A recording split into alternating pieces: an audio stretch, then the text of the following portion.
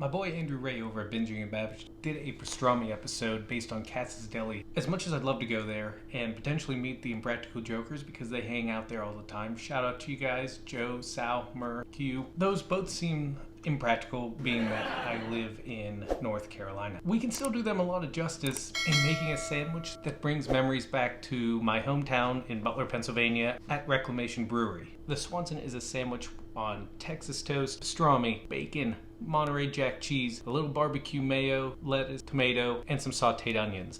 Y'all are gonna love it. Stick around. First, we gotta get our brine on. By the way, if you do live in Butler, Pennsylvania, be sure to give those guys a try on Main Street. If you haven't heard of them, you might be living under a rock, but there will be some more information at the end. The first thing we need to do to recreate this Swanson is to brine some brisket. And brisket is made of two muscles, the point and the flat. You can find them sold separately a lot of times, which is what I found with this flat by itself. If you find one with both the point and the flat, you'll know it because it will weigh at least 10 pounds. The flat is a lot more lean than the point, and so if you want a fattier piece, then try to find the point by itself or buy a whole brisket and separate it. For a brisket flat that weighs about 3 to 4 pounds or 1.3 to 1.8 kilograms, we'll brine with 1 gallon or 3.8 liters of distilled water, 3/4 cup or 216 grams of kosher salt, 1/2 cup or 150 grams of brown sugar, 2 teaspoons or 12 grams of pink curing salt, and 10 smashed cloves of garlic. We'll also add some pickling spices to the brine as well, which you could buy at the store, but if you think that's what I'm going to do, then you haven't watched any of my other videos, huh? Start with 1 tablespoon or 7 grams of peppercorns, 1 tablespoon or 5 grams of coriander seeds, 1 tablespoon or 11 grams of mustard seeds. In a cast iron skillet or regular skillet will be fine. Toast those over medium-high heat until everything becomes fragrant. Crush those up if you'd like, or just throw those in a bowl and add 1 tablespoon or 5 grams of red chili flakes, 1 tablespoon or 6 grams of allspice berries. And by the way, why are they called berries? If someone could comment and let me know, I'd appreciate it. 1 tablespoon or 6.5 grams of cloves, 1 teaspoon or 1.7 grams of ground ginger, 1 teaspoon or 2.3 grams of nutmeg, 1 cinnamon stick, 2 bay leaves. Mix those together and measure out 1/4 cup to add to our pastrami pool, and save the rest of it so you have it ready for the next time. Then score the fat side of your brisket and throw it in the brine. Well, don't throw it, just gently place it in there. Then put a bowl on top so it doesn't float up during its 5 to 7 day bath, during which you'll want to flip over every day. So after the 5 to 7 day wait, when you take it out, you'll notice it turned a little gray, and that's totally normal. In fact, you could cook this up right now and you'd have corned beef. But that's not where our pastrami party ends. Today, we're going to use our brand new spice grinder to grind up 1/4 cup or 14 grams of black peppercorns and 1/4 cup or 14 grams of coriander seeds. Then add 1 tablespoon or 13 grams of sugar, 1 tablespoon or 7 grams of paprika, 1 teaspoon or 3.3 grams of garlic powder, 1 teaspoon or 3.3 grams of onion powder, and 1 teaspoon or 4 grams of mustard powder. I guess I didn't want you to see me actually make the rest of the rub, so we'll just move to rinsing off the brisket under cool water for a couple minutes to knock off any extra spices that's stuck on it. You could soak this in water for an extra day if you really want to get a lot of the saltiness off of it, but that's up to you.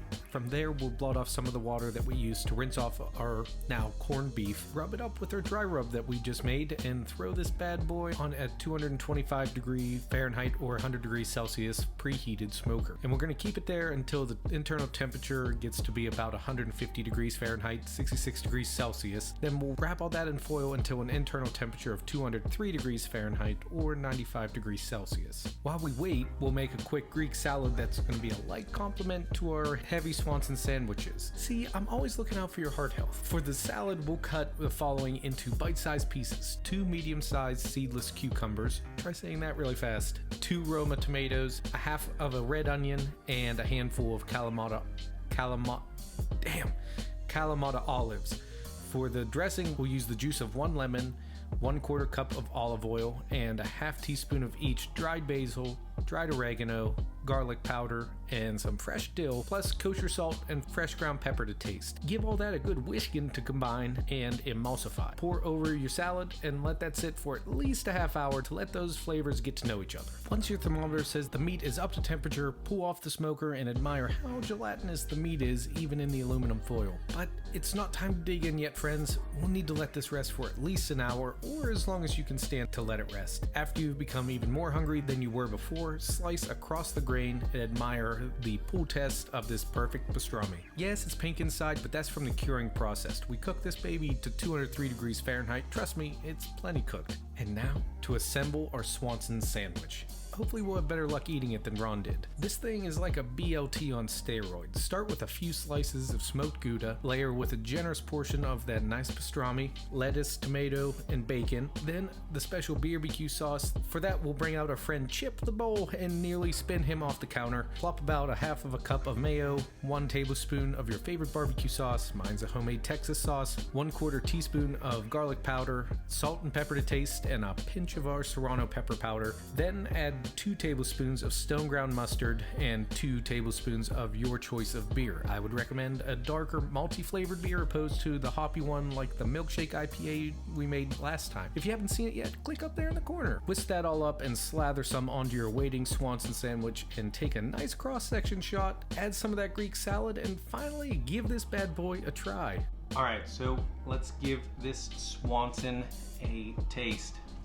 Look at that pastrami, cheese, lettuce, tomato, bacon. It's like the ultimate BLT. So let's see.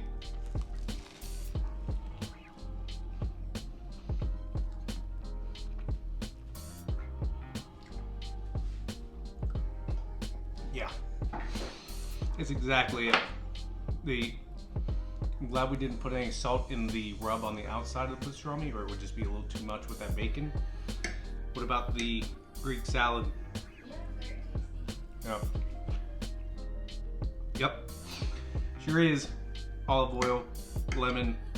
The only thing, I wish I would have got feta, but I didn't. So. Give this a try, because I'm gonna need to rest. Hey everyone, thanks for tuning in. I just wanted to give a quick shout out to the Reclamation Brewery in Butler, Pennsylvania. That's where I got the idea for the Swanson. If you have the ability or you're in Butler, Pennsylvania, please give them some support. They have an extensive tap list, and they even have a new seltzer that they have, and they're really great people, so I really want to be able to support them best we can. You can also online order and pick up there. They have a great food menu that you can select, sandwiches, pizzas, the whole nine. So if you are able, give them a try. Reclamation Brewing on Main Street in Butler, Pennsylvania, and there's their contact information here. And so I really appreciate everyone tuning in, and I look forward to cooking or barbecuing with you again next time.